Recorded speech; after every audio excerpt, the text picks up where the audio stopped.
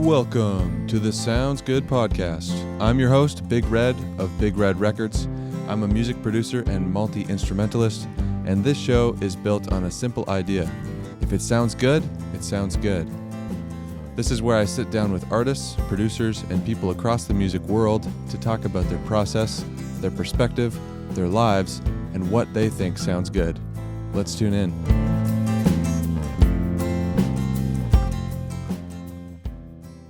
Let's start right at the beginning. Maybe not right at the beginning, but high school. Were you a music kid in high school? You don't play much instruments, do you? No, I'm not very good. Did you try? So I didn't really pick up an instrument.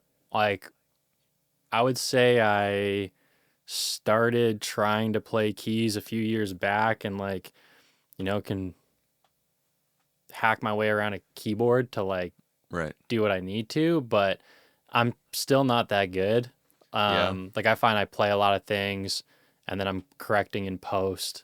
For me, it's unfortunate because I keep telling myself I need to get better at playing instruments. And so recently, I just bought a guitar. So recently I've been practicing. Right. And trying to get better. But up until this point, and even still, I feel like I'm so good. Like one of my skill sets I can say I'm good at is post audio, whether it's engineering or production in the box.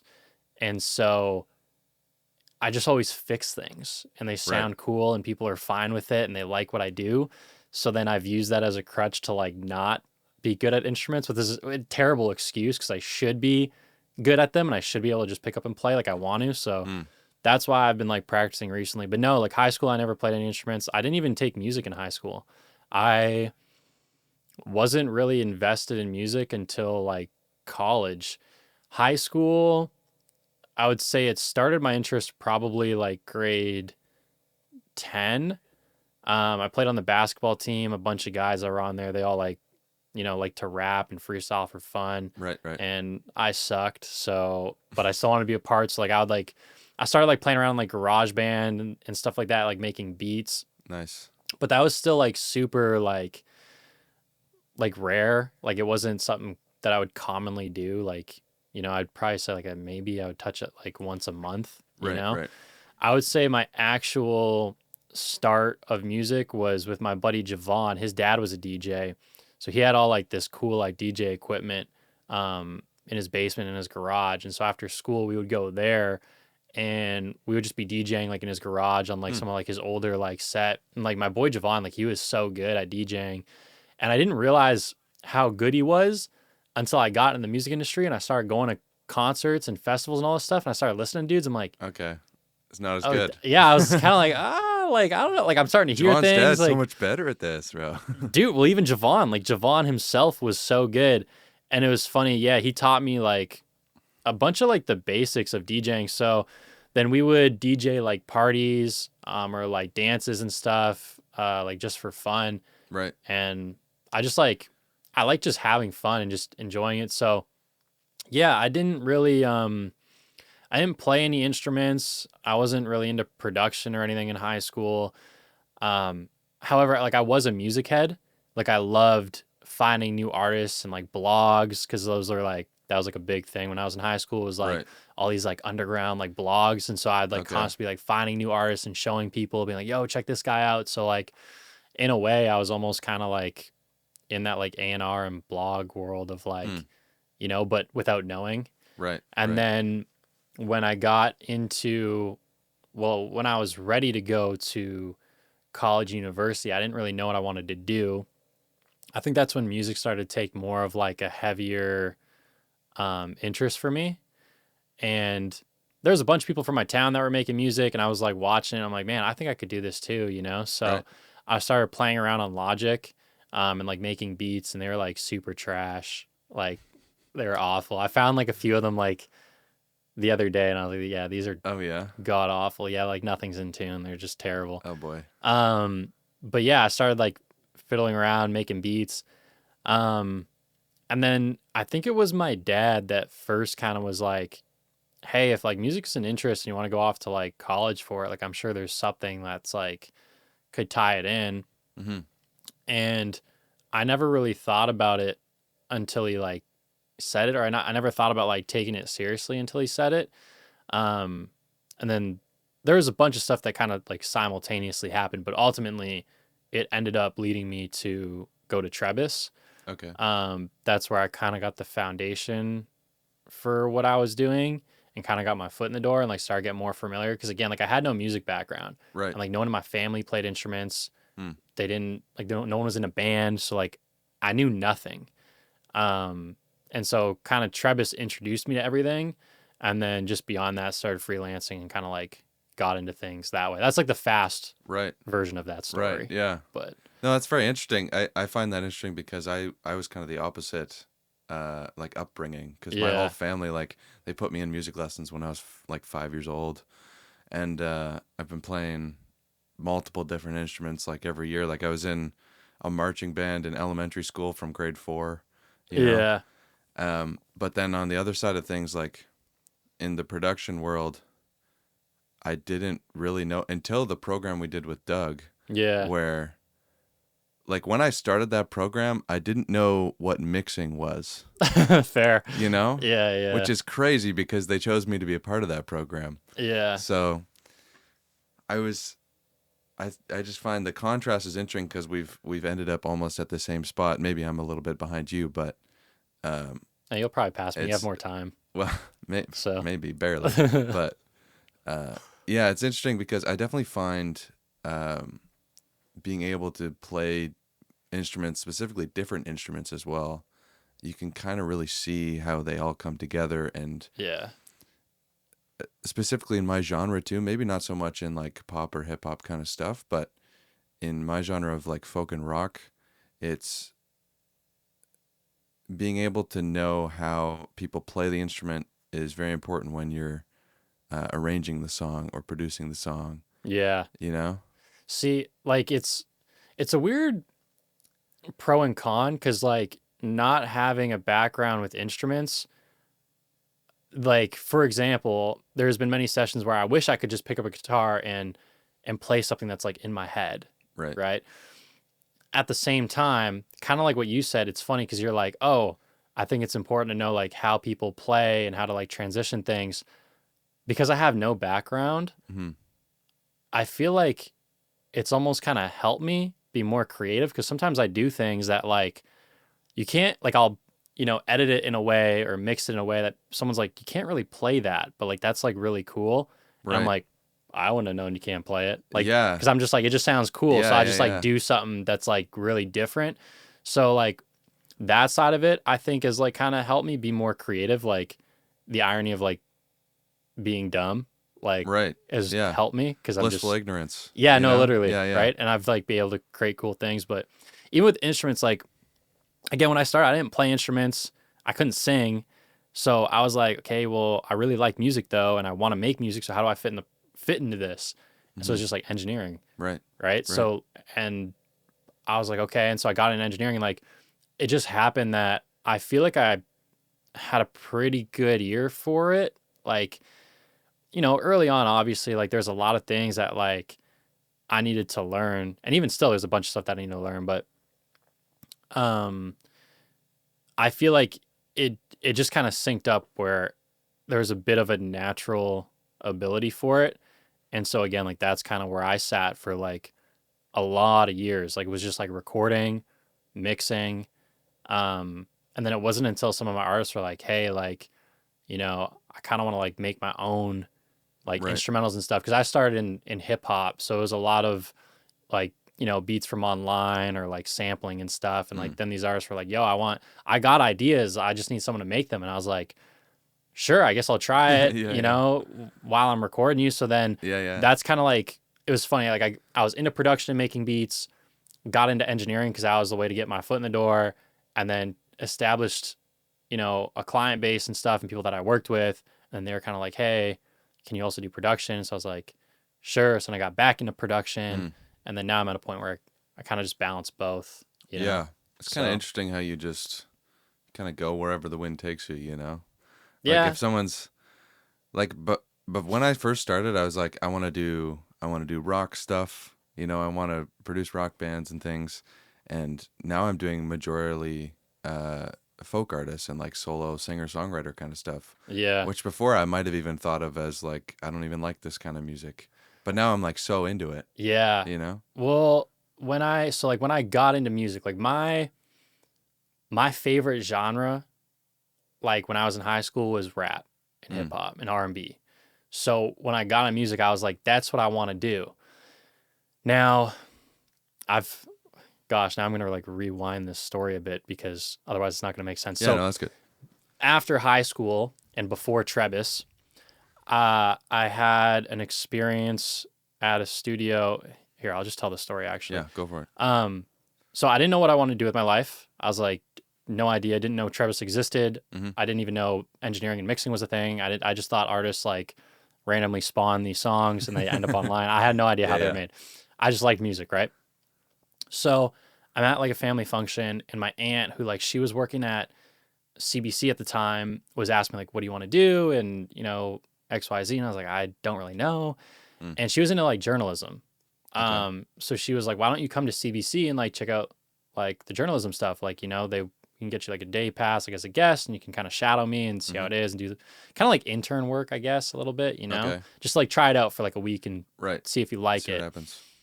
And I was terrible at English in high school. I'm like, in my head, I'm like, there's no way I'm going to like this because I almost failed English class every year, even though like I tried really hard and everything. It was just like not what I was good at. Right. But I was like, you know, I won't know unless I try. So I go to CBC and I remember like, I think it was like the first like day, I was like, this is so boring. Like, I was like, journalism is like not for me. And then one of her friends came over and she's like working on a podcast and she like was having trouble like recording something. And again, just like kind of connecting, like me recording my like buddies in his garage and stuff. I just kind of piped up, was like, oh, like I think I can like help. And then I ended up helping her with like the podcast a bit. And she was like, oh my gosh, like so thankful. Like, I don't even know how you knew that. Like, you know, I forget exactly what it was that I fixed.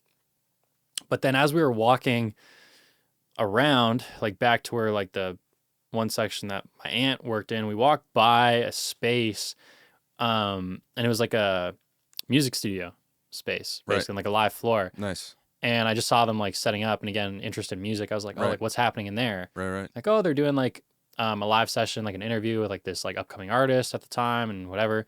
And I was like, oh, like, could I like sit in on that? You know, like really arrogantly, like I probably wouldn't like advise people just, you know, but I was like, yeah, can I like sit in on that? And like, yeah, sure. So I remember I go in, I sit there for the session, and funny enough, it ended up being a Daniel Caesar session. No way. Like it was just like before he was famous. Like he was like That's pretty crazy. small. It was like right before he dropped, I think, Japanese Denim and Get You.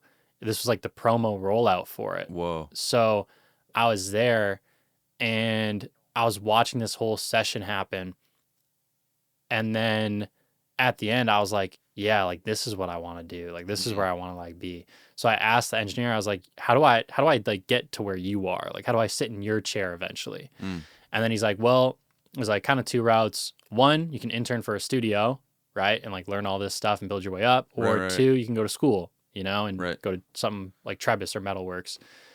And so I got a USB with all of my crappy beats on it, and because that's all I had.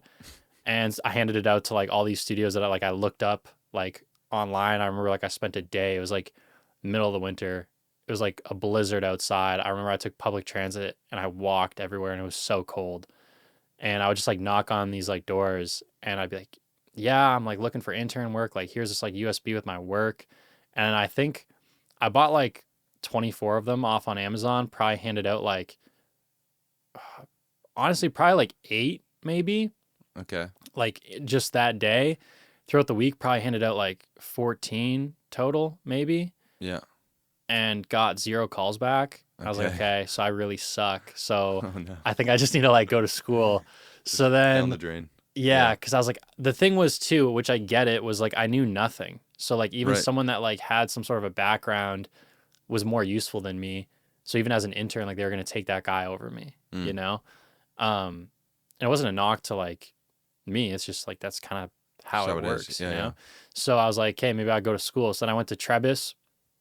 built a foundation that way, and then like started interning, etc. So all of that to say, to wrap up to our first question about like taking genres that you don't really take or whatever, how like you mentioned something like very like go where the wind takes you. Mm-hmm. I never really had a choice. Like I never had a say in like what I was doing because like no one really took me. So like it was like, hey, there's an opportunity to do metal music. And I was like, Right. okay, Sure. Yeah. because no one else wanted to work with me. So I would Right. just take whatever. So I remember like when I first interned, like it was at this like studio that was like weirdly enough is like half reggae based and then half like metal based. Huh. Okay. Yeah, it's just there's I guess different engineers and so they attracted different audiences. Okay. Yeah. But Yeah. so a lot of the work I did was in like Spanish music, reggae, and then metal and rock. Huh. And I was this hip hop guy. And I'm like, I want to make beats and I want to work with rappers. And it's like that was not what I did for the first year. It's not the vibe. You Yeah. know? And then I started working with rappers, and built up my catalog that way. I started working with R&B artists, and then CARV kind of fell in my lap, and we started working together. And originally, when he first started, he was making like R&B music, kind Right. of. And when he came to me, I remember I kind of just assumed he wanted to make R&B music, and he's like, I want to make pop music. And I never made pop in my Ever. life Yeah, up yeah. until that point. And I was like, well, damn, I guess, yeah, you want to try? I was like, sure. Like, Okay. 'cause it was just fun exploring. So, So I he was like, was kind of the turning point, because I remember when I first met you, Yeah. you were like very hip hop, yeah. like kind of only rappers really. Yeah, it was from mainly- what I could tell anyway. It was mainly rap and him. Yeah. So, And then you had him, and now you have some other people as well that are kind of in that space. yeah. Yeah. Now, like, I mean, now I got Angel Levos, who, like, she's crazy. I think she's going to be like, I confidently think she'll be like Tate McRae level. Yeah. Like she'll be Wow. really, really cool. But yeah, she's like dark girl pop stuff, like, Yeah. really, really cool. Right now we're working on a bunch of stuff that's like 2000s influence, which is sick. And then, yeah, I got CARV, who like, again, he went from like R&B and then we started doing pop.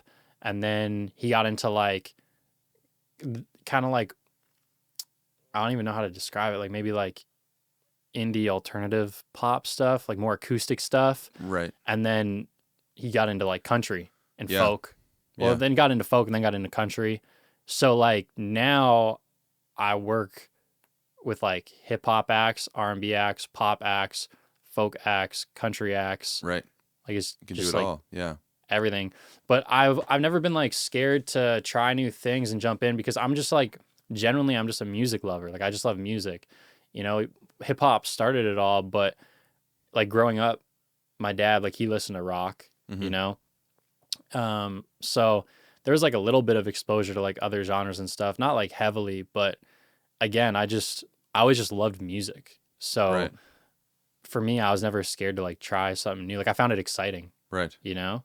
Like when you start experimenting with stuff that like you don't Yeah. even know, it's like, oh, I hear this song, like I hear this, you know, this country song on the radio, and I'm like, how do I get it to sound like that? Right, You know, right, and right. I'm Yeah, like yeah. experimenting with it now, like trying to figure it out, and then like you almost find your own kind of style and the things that you like doing and start, yeah. But anyways, like that was my thing. So starting off, I never Yeah. had a choice, and it was like I was gonna work with these artists that wanted to do these things, and that way I could get paid, or like I just don't work with them. Right. So Yeah. I just did whatever. You know? So I have two things I want to touch on there.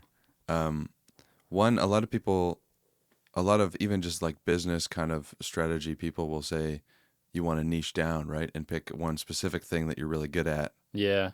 What do you say to that in terms of the genres you work in? Because you have all these, like you worked with metal and reggae, and now you're in folk and country and stuff. My niche, this is going to sound really weird, but like my niche is my ear. So like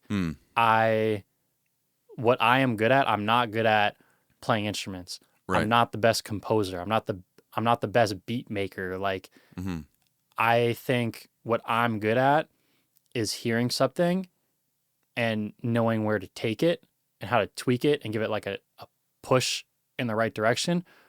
That's my niche. Like, to be honest. And then I just apply that to other genres, you know? Right. Where like an artist can come to me with like an idea, or a demo, and I'm like, I know where to take this, or like I know what this should sound like. And I kind of just, I think it comes from me being a music lover and listening to like now I listen to everything. Like if you scroll through my phone, I have like jazz music from like the 30s, and then I have hip hop, and then I have like country, and then I'll have like blues from like the 60s. Like I listen to everything. So I think I just hear, like when artists bring me a song, I hear it and I just know kind of where to push it. And that's my like edge, or like my like niche per se. But that doesn't mean like you shouldn't like narrow down to like one genre. I think if you narrow down to one, you can be like really, really good at one. Right. But I don't know. I think it depends on the type of person and producer you are. Like a lot of my philosophies and stuff, again, almost kind of align with like a bit of like that like Rick Rubin style of things, where like, I'm not good at anything, but like Right. I just have an ear, and like it's I feel like that's such a hot take, but like I probably resonate with him more because again, that's been me. I don't have a music background. I've just learned this stuff as I went, and I just try things, and I enjoy it. So, but yeah, to answer the whole niche question, like I feel like that's more my niche, is like it's engineering and getting things to sound the best way possible. Right. Yeah. Yeah. Like kind of your niche is your ear or your Yeah. sound, really. Yeah. I think I like the idea of that, because even just genres today, like country could also be like people call Nickelback country, but they're definitely also rock. Yeah. Or Yeah. you could call CARV country, but he's definitely also pop. Well, it's funny because now there's so much like genre bending, Yeah. like and mixing, which like I think is cool. But even when we first started going to Nashville, like me and Carv, we were here trying to make country music in my studio with like very limited access to country instruments and things, like right. and I could tell like when you hear a song, like it's been like recorded in Nashville, because like it has like that sound to it, right? And we're sitting in Canada, and I'm like, we're trying to emulate what they're doing over there. Right. So we're just trying things and trying to get it to sound like what they're doing. And then we kind of made our own sound, and we got, we would get closer, like experiment with things. And when we went to Nashville, the irony is they were all like, dude, your stuff sounds so cool. How'd you do that? How do we get? And I was like, bro, I was trying to sound like you, Yeah.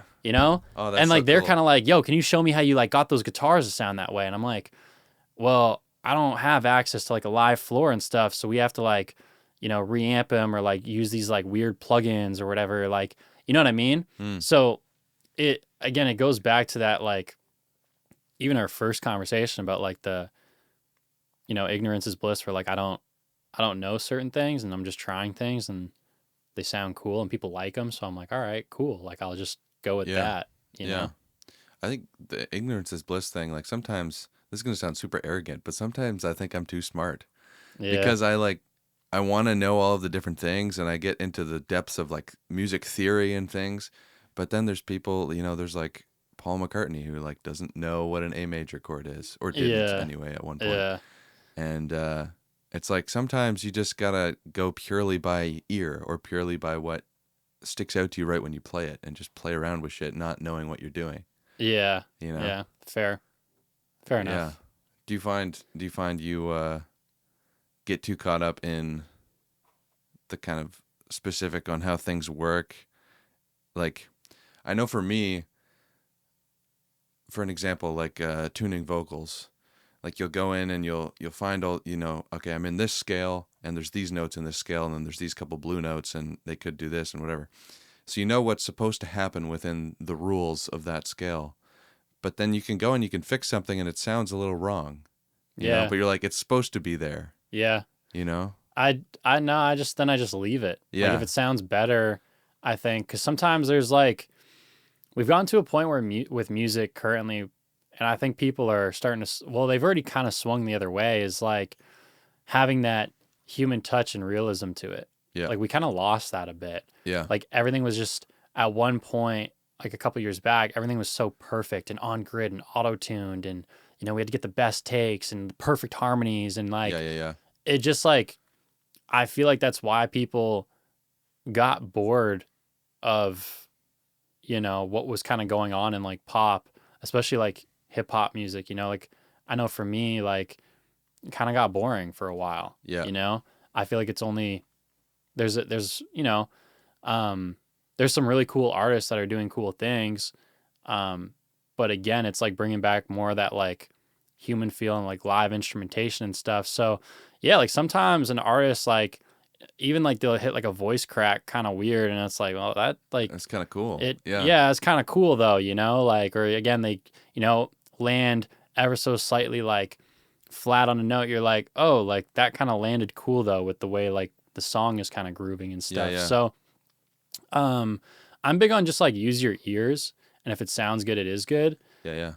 It's the name of this podcast. Sounds good, right? Oh yeah. Yeah. I didn't even know that. Funny enough. Yeah.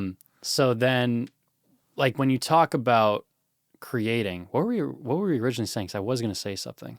We were talking about if it sounds good. No. Oh, the like getting technical. yeah. Yeah. I think when I started, I was pretty obsessed with learning because I knew nothing. Right. And then I feel like as an engineer or producer, you go through like these like 3 stages. It's funny. Like you start off and you're just like turning knobs and doing things, and you have no idea what you're doing. Right. And you're just trying to know what you do, but like you have no idea, and it just sounds sounds awful. a little bit better. Maybe not. Yeah. And then you get to this point where you're like, I know how a compressor works, and I know if I EQ at like this notch, you know what I mean? You get all like technical, and it's like needs to be this way.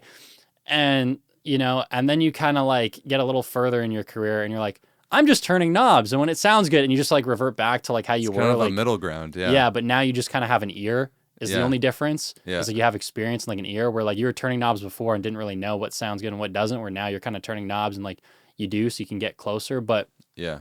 You know what knobs to turn and how much. Yeah. So I feel like I know enough technically. And then once you like learn, I get the quote unquote like correct way to use things, then that's when you can kind of start breaking rules and doing, what you want to do with things, which I find cool and more fun. Going back to the like adding the human element back into music, I think that's, people will ask me about AI and what I think is going to happen there, and I think that's why AI will never take over music entirely. Yeah, because it can't have a human aspect, and even if it like evolves to whatever, Yeah, I forget. I don't think it can ever fully replace it. I don't think so either. I don't know. There might be like things like, again, there's going to be songs, like there will definitely be songs for sure that, hit TikTok or eventually maybe the radio that were like, AI made, or like, most of it was AI, and it's like, all right, it'll probably be the one-off. I think we probably need like different regulations around it. I'm not really the person to like ask, 'cause I don't really think too much on it. I think I kind of see AI as a tool. I will interject. I'm going to say this and I'll get back to my point. Is For sure. The one thing that pisses me off though is like we have all these things like, oh, hey, here's this AI thing that can make you sing like Drake or whatever. And I'm like, hey, can we just make an AI plugin that like speeds up my workflow so I don't have to session prep for hours or something? Like, you know what I mean? Like simple things, or like that can bounce stems the way I want, because like I haven't found, you know what I mean? Like I'm sure maybe there is things, I just need to look harder, but I feel like we make all these AI tools that to me, I'm just like, why are we making this? Why are we making these dumb? things? Yeah. You know what I mean? Like, it's like I want AI to do my taxes, not like write music for me. Yeah, like I want AI to do like the annoying work. Like, why does no one, like everyone makes these, oh look, it makes a cool song. I'm like, I don't care. I make cool songs. Like I want it to do like the boring stuff, like sort my files. Like But anyways, back to the whole AI thing. Yeah, I kind of see AI as a tool. I can't say I haven't used it. I've definitely used it. There's been times where like, I don't know, different AI tools or plugins, like it kind of just gets you like a rough idea. Like, I get like a rough idea down like quick, and, and then you can go back and re-record things. But like, I'm not using AI like in the songs I make. Right. I don't know. I feel like we've just kind of put a label on it as AI, and then everybody like freaks out because it's labeled as AI. But we've also had like the isotope like mix assistant thing. You know what I mean? Where you can Yeah. like run your whole thing and it'll tell you how to EQ it. You're not going to use that EQ, but you can Yeah. maybe take it as an opinion. Yeah, as like an idea. I You like, know? yeah, that's how I kind of like Yeah. using AI. And we've had that forever now. Yeah, that's always been a thing. I think it's different now because now AI is like generating music, Yeah. which that's like, I feel like that's different now It's a because whole different level for sure. yeah, you got people that are just like, I don't know, just like generating these songs and like I forget, like I saw a comment recently on like TikTok or something, and it was just like kind of ironic, but someone was like, oh, like you can still use AI and like as long as you create like an authentic sound for like you as an artist, and I'm kind of like, the irony in that though, like you Right. can't make an authentic Can't be sound using authentic, AI. yeah. AI is trained off of everyone else. So Yeah. like, how does that work? You know what I mean? Like Yeah. it It can't doesn't. possibly be original. No, Yeah. it's came from somewhere, which then you get, this conversation just goes on forever. Cause then you get in the thing where it's like, well, nothing's original. Every idea has been taken from somewhere else. Like Yeah. again, yeah. even me and CARV, like we're trying to mimic what they're doing in Nashville and Yeah. we end up with something different. But like, I don't know. I have like mixed feelings about AI currently. Like when it started, I was like really against it, and then I kind of leaned into it, and then now I'm like somewhere in the middle. I'm like, like I don't know, but Yeah. I know what my process is, and I stick to that, and I don't Yeah. really care about the opinions of I try not to worry others. about it too much either. Like I know it's gonna do something for sure. Like and Yeah. it's probably gonna be a huge change to the industry. But Yeah, to what degree is debatable, and we don't really know until it happens. But I do have this hot take, Go which for it. like, if you're scared AI is going to take your job, then you're probably not good at your job. Like Yeah. as far as like music goes, like, if you're like, oh my Right. God, like I'm not going to be a composer anymore. It's like, well, then you probably weren't very good at it to begin with. Like, no Yeah. offense, but Yeah. like people come to me again, like for my ear and my sound, Right. and that's why people like me. Also because of like the type of person I am. Like they like working with Yeah. me, And they come for the imperfections in your sound as well. Yeah, You know? 100%. So like, I don't know if AI, like I don't think AI could ever like fully replace Dawson. Yeah. I don't know. That's my opinion. Yeah. But I think it's true. I think it'll just split the market. Like for sure. there's always gonna be people who just listen to a song because it sounds good, which is totally valid. Yeah. But I think it's gonna be hard for AI to make songs that are, have the feel of Zach Bryan. Yeah. Or, you know what I mean? Yeah, like that. Like for me, literally my slogan on my website is what I've always said is like feeling comes first. Yeah. Because I Nice. also I never knew anything, so it was like the feeling of something was the most important thing. Which like if you got it to feel good, then like that's what music is. Like we listen to certain songs because of how they make us feel. Mm-hmm. Especially like in time periods that we're in. Like maybe you're going through a hard time and there's like a certain song that you're just like, wow, I really resonate with this. Like this is like feels like it was like written for me. You know what I Mhm. mean? Like that's, I feel like why, like the main reason why we listen to music is for how it makes us feel. And so like that feeling, like for me, always has to come first. Yeah. Yeah. No, that's a good slogan too, because feeling is like, that's the end goal too with the Yeah. song. And that's your whole job too, is you're trying to find the feeling, like with CARV, for example. You're trying Yeah. to find the feeling that CARV wants to give to his audience. And Yeah. you have to translate that into a song. Yeah. You know? 100%. So, yeah, that's a great point. Let's talk about something else, because I don't want to talk about AI anymore. Yeah. Is there anything that you feel like you want to touch on that we haven't touched on yet that we should have touched on?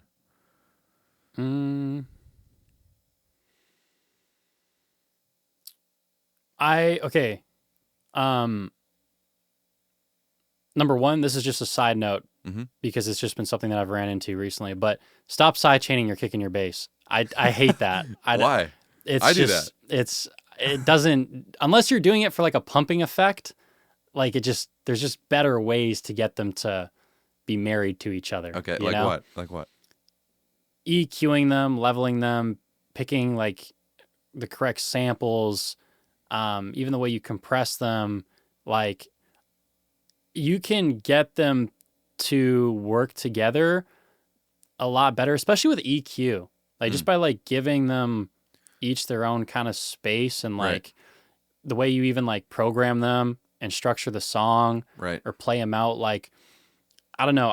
I've gotten a lot of like mixes recently, and I say that because like I've sent the files back and been like, hey, like, can you just like take off the side chain? Because like then it's like I'm trying to mix this and I got, it's hitting my mix bus or whatever, and like I can hear like the kick and the bass is just like like it's got this like weird wonky thing, or like you just feel it like dipping out and coming back, and I'm like, this doesn't feel good. This isn't like, Avicii. Like, we can't. Unless you're going for that, then like cool. Like if you're making some house music or something, like makes sense. Like if you're doing it for like an artistic or style like effect, cool. But if you're doing it for like, oh, I need my kick to hit through my bass, it's like there's other ways you can get it to sound better. Yeah. And I'm not going to sit here and say that I don't do it, but when I'm doing it, it's like, it's after I've done all of the other things I just listed, Right. and it's like really minimal. Right. Like it's like super small, like I do it in a way that is very transparent.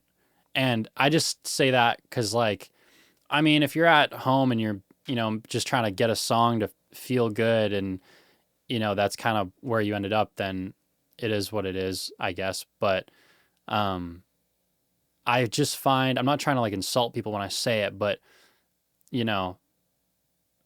if I'm getting the song as a mix engineer, it's because, the person before me didn't feel like they could mix it, right?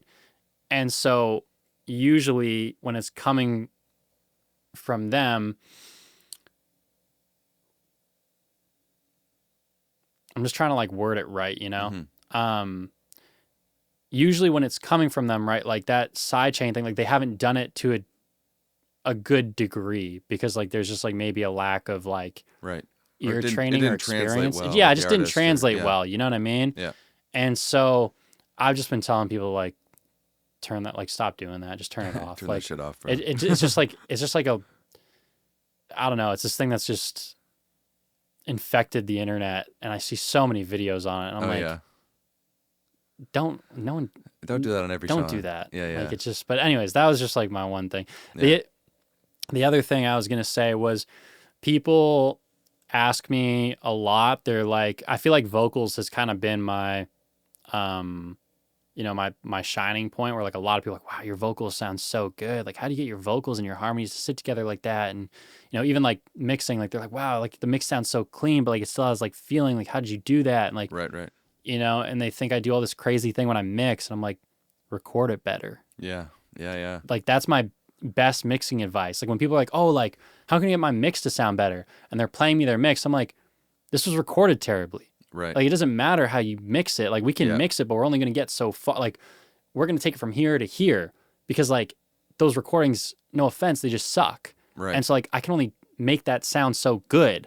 Like at some point I'm like almost masking things because I'm like, oh, like that's kind of ugly. Like we don't like that. And now I'm like, I'm almost, instead of mixing to like bring out things and embellish things, I'm mixing to like mask things. You're trying to hide stuff. Hide things, which like never gonna like maybe sound the best. Not ideal. Yeah. But I'm like, record as if there's no mix process.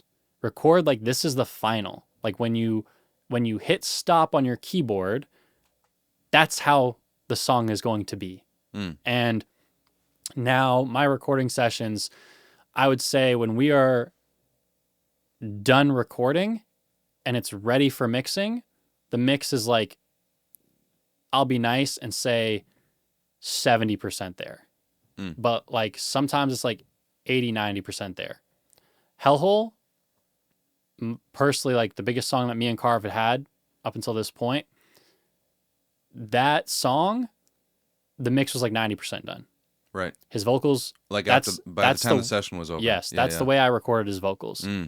The thing that I went back on the mix was like, it was more mixing like instrumentation stuff just to like make a little bit of room. But again, like that mix was like 90% there. So like, do you have like a template, or maybe not a template, but like go-to things that you'll put on the vocal before you start recording so that he kind of hears it in the song already? Yeah. Like a little bit of reverb, a little bit of compression stuff. So like the way I run it, I run my sessions a little bit differently than a lot of engineers. Most people just run everything like through Pro Tools, and they'll monitor through Pro Tools. Mm-hmm. Now, what I've figured out to do, and I mean, I have like an Apollo rack plus like 2 DSP like accelerators, so I have like tons of room for Apollo plugins and like UAD plugins, right? Yeah. Is I will monitor through console, like the UAD system, Okay. and then my sample and buffer size, like within Pro Tools, like I have maxed out, which means because usually you have to set that to like 64 or 128 or whatever, right? Right. I have mine to like 1020, whatever it is. 1024. Yeah. Yeah. Right. And so with that, I can add more plugins in Pro Tools and be mixing as we go to get it to sound the way that it should.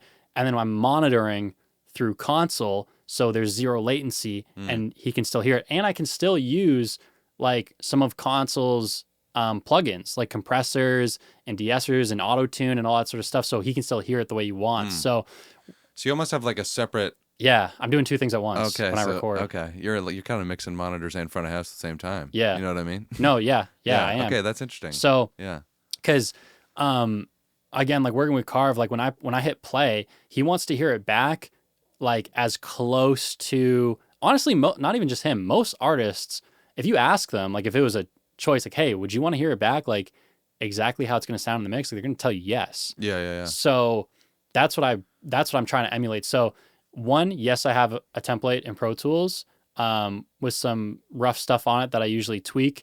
I have a very generic template, and then usually after the first couple sessions I do with an artist, I find out what they like and how they want their vocals. I'll tweak that template, save it as their template, and then when they come back, I have a dedicated template to that person. Yeah, and that's why yeah. I think all of my songs still kind of sound different, and everyone's able to have their own sound, but it gives me a good starting point where to take things. And then console, yeah, I always monitor usually, artists, well, this is up to the discretion of the artist, but usually like there's auto-tune there, some sort of like de-esser, because again, just monitoring, like sometimes S's can just be harsh. It just like helps a little bit.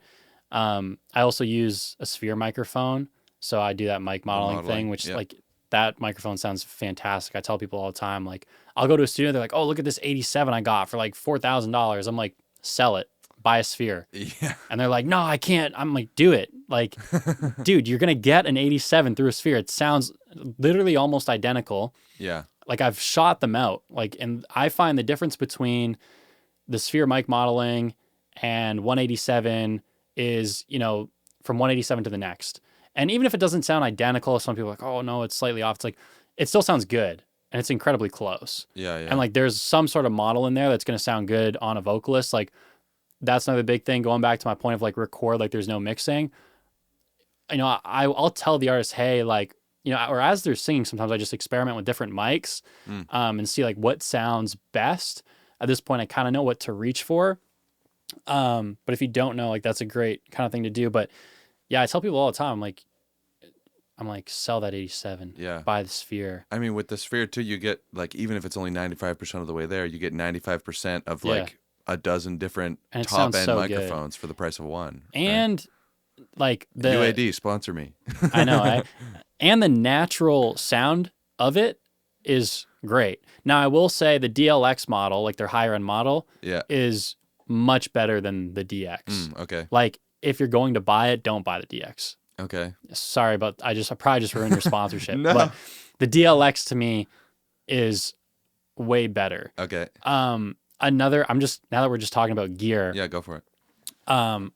People always like, they'll come and be like, oh, what gear should I buy? And they always lean to like, the AT, or what is it? The NT1A? Is that what it is? The Rode mic, the NT1A and the Focusrite. Oh, okay. Those are like kind of the common things that people lean to. If you want a mic that sounds way more expensive than it is, the Warm Audio 47 or 67, I forget which model it is. I believe it's the 47, the WA47 Junior, inexpensive mic. Can look it up. I think it's maybe like $500. Okay.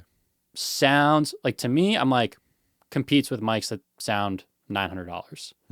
Like, I even prefer that mic over like some mics that are like $1,000. Like Hmm. that to me, such a gem microphone. And Interesting. people talk about like warm audio stuff because usually it's like emulations of the real thing. Like, oh, so it's not as good, whatever. Dude, that microphone to me is a way better option than some of the other stuff. This guy, awesome microphone. Yeah. Depending on who you're recording, obviously, but Yeah. great mic. I love an SM7B. Yeah, that warm audio 47 is great. What else? If you're talking interfaces, I like UAD stuff. I find they sound the cleanest. Like they have Do you some think like they're worth the price? Because they are like a lot more expensive than most other options. I think they're probably priced a little higher than maybe they should be, but I think that's because of like the brand and what they Yeah. build up. But like they offer a lot though, Yeah. Yeah. you know, like especially with the whole console stuff and like the monitoring, like that side's pretty huge. Like there's not a lot of, I don't think there's any other interfaces that really do any of that. You know what I Yeah. mean? So I would say, yeah, like Yeah. if you have the money, like you should, you know, like Yeah. you should definitely It's run kind an of like Apollo. the But Apple versus Samsung thing. Like Apple has all of this like interconnectivity stuff, yeah, but as well as kind of the brand tax, if you will. yeah, like I think there's a little bit of the brand tax there, but at the same time, like, and that's not a knock because like again, like if you gave me the budget, like that's what I'm buying, Right. you know? So Right. Yeah. yeah, like they do sound better than a lot of other interfaces sure. I find, Yeah. you know? So even like their lower end models are still pretty, like I don't know, like they're, The Volt? Is that what you're talking about? yeah, like the Volt still sounds really good, Yeah. Yeah. you Yeah. know? I So, heard you can like connect those to your phone and stuff, like record to your oh, phone. maybe, probably. It's pretty crazy. Yeah, that would be pretty cool. Imagine like GarageBand in a Volt, bro. I That'd be mean, crazy. who wasn't it that like Steve Lacy guy that did like his first Oh, I couple don't know. songs on his iPhone using GarageBand or something? Oh, maybe. I don't know. I think so. Okay. But yeah, and they sound really good. Yeah. So, I mean, they have like incredible feeling to them. Like the records just like hit you, you know? Mhm. So, Yeah. How much do you think the preamp goes into the sound? Like, how much of a difference does it make versus like, using some it makes a difference. Scarlett Solo or something? I would say it makes a difference. Like Yeah. I love my I love my preamps on my Apollo. Like they sound very transparent. Like the high quality. They capture exactly what you're recording. You know, I mean, granted, if you have like the proper mic and stuff, but even still as like line inputs, like they're great. I just find with like lower quality interfaces, you don't get the same depth, warmth, brightness. Sometimes they're too bright or they sound braille or they don't have enough high end, like, and it's like, it's small things that I think the average person wouldn't hear, but when you're recording a song and then you're stacking like guitars and electrics and acoustics and, a piano and vocals and all in a bass and all these other things, it's like by the end, you notice it. I think if you took, like a lower quality interface, and a higher quality one, mic position all the same, and you just tracked, by the end of it, like it stacks and it accumulates. That's my opinion. Some people will disagree with that, but I think you notice it's further in the process than earlier. Right. It's kind of a bunch of little things. All the little adding things up. add up Yeah. to make a big thing. The little $5,000 things. Yeah, the little $5,000 things. Yeah, definitely worth it. So I did actually want to touch on your Nashville experience because that's a relatively new kind of endeavor for you in the last year or so. Yeah, within the last year. So what is your takeaways from now kind of being a bit of an international producer?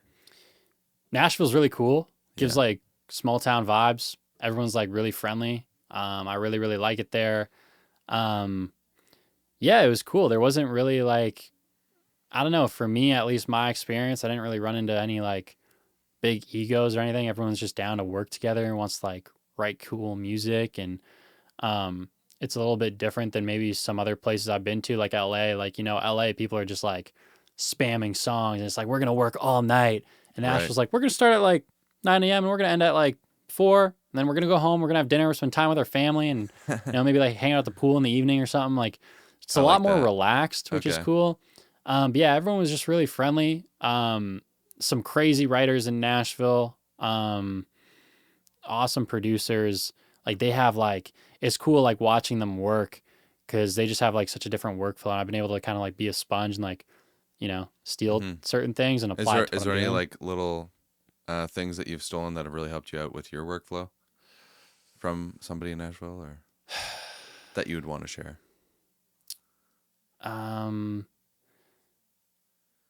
Okay, so I find this interesting, and it kind of wraps back to the AI thing. Okay. There's a good amount of producers. I find from my experience, producers in Nashville, there's like one of two is like live off the floor, record everything, let's do it, or like demo, let's just get a guitar, sing it, and they just keep that, and it's like guitar vocal, and that's the demo. Or you get these producers that, which this was new to me, using apps kind of like Suno, where like they'll play a guitar, they have an idea, they'll throw it into Suno, take the stems, fast track the song that way, maybe program some things here and there, sing the top line. It's like, cool, then that's the demo, and it basically sounds finished. And then what they do at the end is like they're looking at all these like demos, and they're like, okay, well, which ones are we going to actually turn into songs, and which ones we're going to sit and like invite the band? Because I guess when you think about it, like back in the day, like, man, if you were even just kind of trying to write songs or do demos, like you could sit in a room with a producer and like just do guitar and vocal. You might not always get what you want necessarily, right? So, I mean, you'd rent like a live floor, then you have like a drummer, someone with the bass, guitars, all that sort of stuff. It's like, it's costing you a lot of money. Yeah. And then you might make a song that like doesn't even make the album. Right. So you've just wasted all this money. Right. Or like it's the artist, producer, they throw it into some AI thing, gives back some stems, they play with it, do the top line. It's like, and it gives you a ton of different ideas. Yeah, too. it gives you a ton of different ideas. And now it's like they have all these, they can just spam demos, right? And then they go back, they're like, okay, which ones do we like? Okay, cool. Let's invite, Gary that plays guitar, and now let's get the band Neil. in Yeah, and we'll get do the it for band in, real. and then we'll Yeah. track it for real. And so like they kind of use it as like, and there are certain producers that use it as like a fast track to get ideas and demos, and just write as many songs as possible. That way they can kind of filter through, the good ones and pick and choose, and they do it that way. Then So you're only really spending the money on the songs you actually want to push forward. Right? Yeah. And then they save their budget that way, so they can kind of like use it for the albums. And that's why they sound. And the way then they you can do, you can afford higher caliber artists, and you can afford exactly. You know what I mean? You know, so I thought that was kind of like cool. Yeah, that's a big one. But yeah, every producer obviously has their own way of doing things. But that was just something new that like I noticed that I thought was kind of like interesting, because again, I do everything from the ground up, you know. So like when I'm doing a song with CARV, like we're recording the guitars and everything, and sometimes like usually we start with production, or like we do. It'd be like production, maybe like an idea, but sometimes we do production, we get a hook, and then like I don't know where to take this, and it kind of just sits on our hard drive for like months. Like, okay. And some of them we revisit, and other ones we don't. But like, there's been times too where like it's like, oh shoot, we have like an hour left. Like, let's just get out an idea real quick, right? And so like that's kind of been something that like we've done. And then I remember like there was one, like we're working on it right now, where it was originally like an AI kind of like AI mixed with some of my production of like this idea, right? And then we have it now. We're going back and like redoing the whole thing.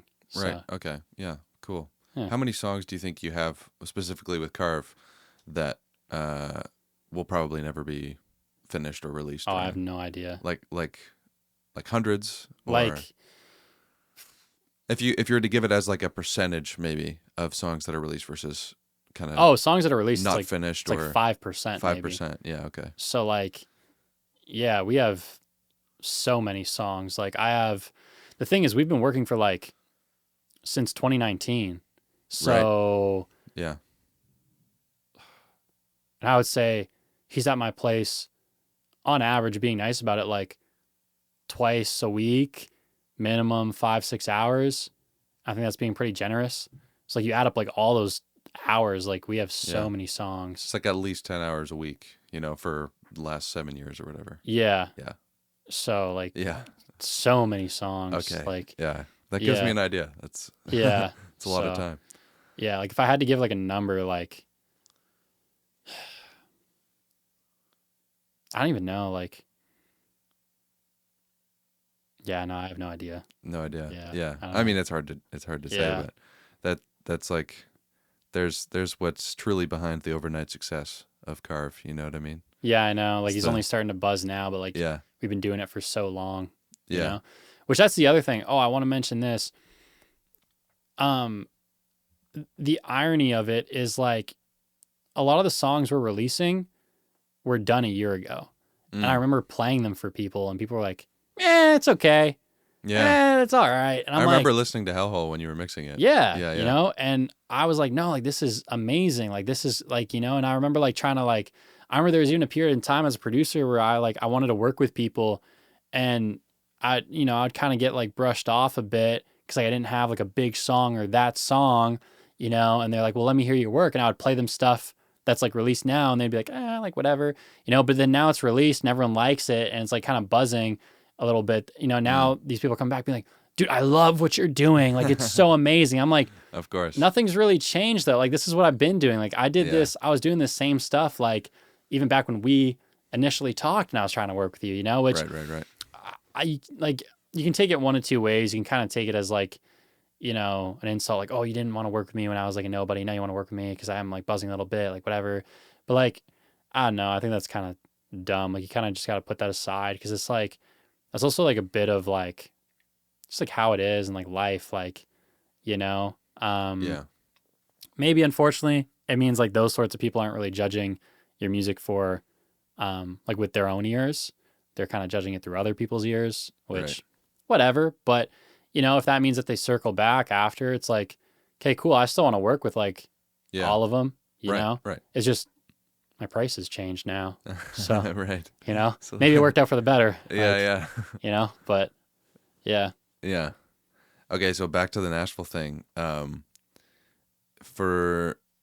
Do you have any advice for someone who would want to kind of integrate themselves into the Nashville scene? Or maybe you wouldn't recommend that, but if they wanted to like get into some rooms, or like how would they make a Nashville trip kind of worthwhile to make some connections and actually get something moving? Good question. So our connection happened through Ernest, right? Like he found CARV and like kind of brought us over. So like by the time we actually went to Nashville, like, cause there was a few months, right? A couple months. By the time we went to Nashville, like we kind of had connections and people that were already there, Right. like that were kind of established over the internet. And then that just like snowballed, right? For other people, maybe not as lucky as us, right? Or maybe they don't have connections. I'll kind of speak more to that because I feel like those are the people that kind of need to hear it or want to hear it. Mm-hmm. Like, how do I do that? I would suggest, like, again, Nashville is very like small town friendly vibes. So like you could just catch a flight there. I would suggest just go to a bar where they have people playing live. Yeah. Talk to the artist, be like, hey, I'm a songwriter, I'm a producer. Like I would, I'm here for a week. Like I'd love to like write something with you. Right. And Right. like, I would say more times than not, people are going to say, yeah. Yeah. And like, you can get into a write pretty quickly. Like it might not be in a major studio, but like, man, I think just even being there to write songs with like people that one, you like, and two, you like the music, is super valuable, even if you're writing in a living room, right? Like you guys can always take that to a major studio, but I think just to get your foot in the door, I think you got to work with the writers that are there because Nashville has so many amazing writers, especially young ones and people that like aren't known yet, Right. like even people like myself, right? Like I consider myself still really small, Yeah. like there's tons of people like me that are there that like just love making music. Mm-hmm. And so, yeah, I think you could just fly out there for a week and literally just go to like, there's so Just many go different talk to people. yeah, there's so many different music events and live shows and small things that like you could just, be a part of and network that way. You could probably scout it out too from where you are, and like if you're an artist, you could probably book a couple shows. Yeah, 100%. For the week. Yeah, if you're there an or whatever. artist, then like, yeah. like just go to those like open mics and just like, Right. bro, bring your guitar, just Yeah. play, and like, bro, there's gonna be people that are gonna want to talk to you. Like that's just like, kind of the culture they have there, Yeah. which is cool. I think You know? that It's very I friendly. haven't been there yet, but I reckon there's a lot of people that are there to find artists and other Yeah. people to work with, you know? Like that's kind of the whole vibe Yeah. of the Nashville's very friendly. Yeah. So like I wouldn't be scared, you know? Like you'll definitely meet people. Mhm. So Right on. Well, thanks, Dawson. Unless there's anything else you want to talk about. Do you want to shout out anything, CARV's new stuff, or where people can find you? Or actually, yeah. So I mean, we brought up CARV's name a bunch. So just for the sake of it, that's CARV, all capital letters, on Spotify, Apple Music, any streaming service. We just dropped a song, What Did I Do?